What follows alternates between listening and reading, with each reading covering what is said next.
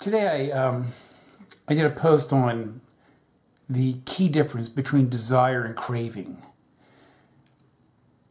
We are life. Every aspect of life that you experience through beingness, just being alive, your senses, your mind, your immediate experience. This is life and you are it. You're not this personality structure that you struggle to improve. So when I say you have the choice to either live or to die, sort of like Hamlet's question, to be or not to be, that is the question. We live, we experience energy through desire. It's great to have desires. It's essential to have desires.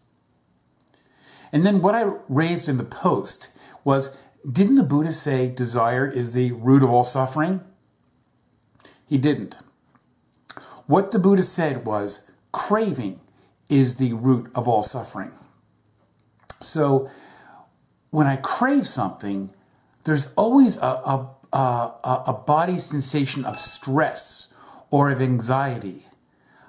When we crave, we really need the persona, the false part of our existence.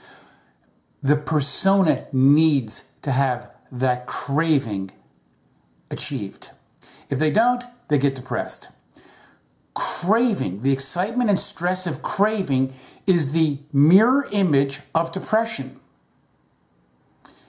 If you are feeling depressed, if you're feeling overwhelmed, it's because your cravings, which are based on suffering, are not being achieved. And you know, it's interesting. When we are prone to this kind of suffering, and we look back on our life, and this is really important, you will discover that achieving your cravings really didn't even matter. Because after you achieve a particular craving, you just create a new one. And if you achieve it, great. If you don't, you go into depression, but you'll keep on creating new ones. So the problem really isn't craving in and of itself, even though the Buddha said that. The real problem is this persona identity structure. That's the real problem. That's the part that can never have enough. And why can't it have enough?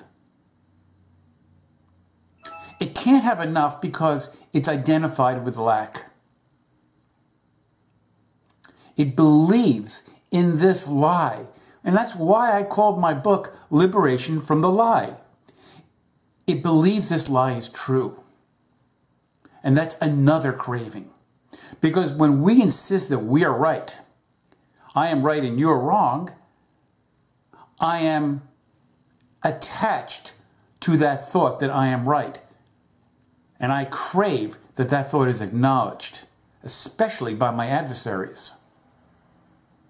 So when you are full of desire, you're full of abundance, of life. It's like looking out on a forest or a meadow or the ocean. It's full of life. Life is desire.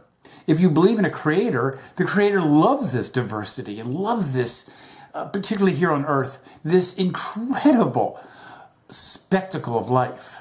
And you are that.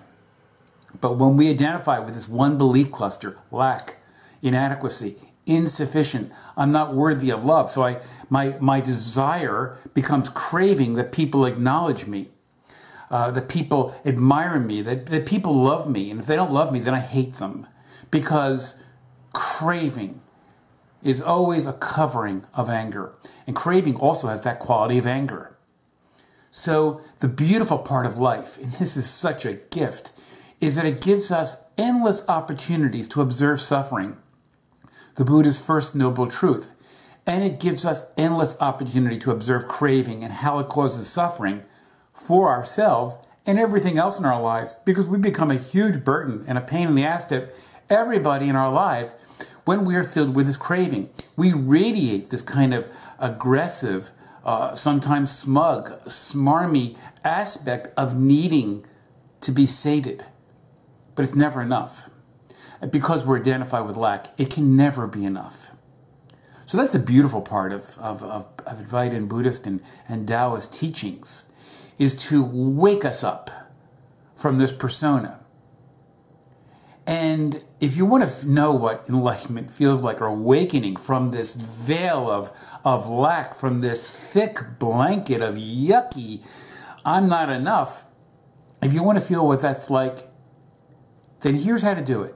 There is a how to this. At least you can experiment with it. Is observe your desires. They're wonderful. They're great. Have more of them. Have fun with them. Share them. Do whatever you need with them. And then realize, who is that person who would not be expanded or contracted or changed in any way by having any of those desires met? Who is that person who wouldn't be at all changed,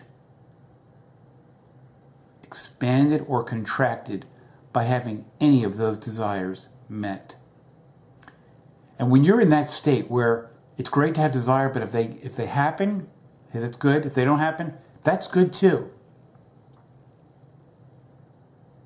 That's literally when it's all good.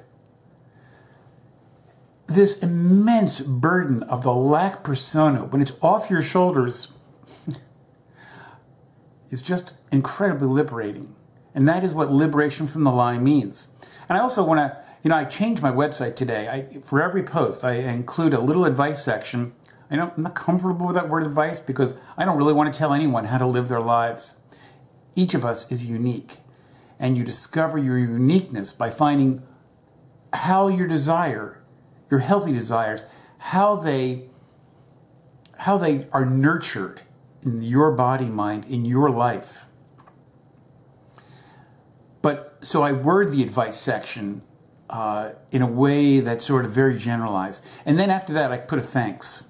And I want to thank Philip Moffat in his wonderful book, Dancing with Life, that in part inspired this and brought some of these issues even in sharper focus for me.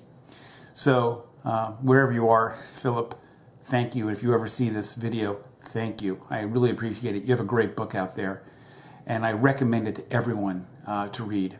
So again, feel that difference between a craving and a desire.